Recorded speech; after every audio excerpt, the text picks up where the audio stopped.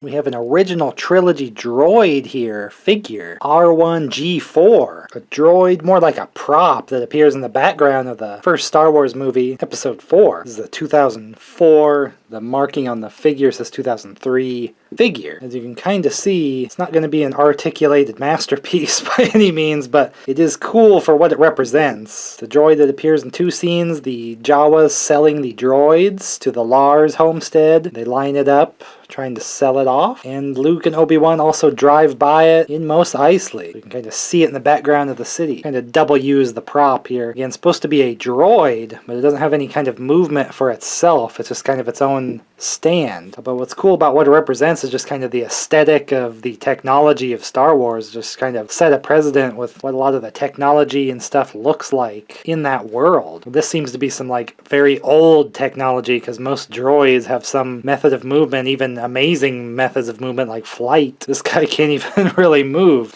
So just being like a prop figure, it can turn the top, which I believe in the movie you can see it spinning around. He's got just kind of his soft antenna here and here, a little something. These hoses or wires are kind of their own separate piece.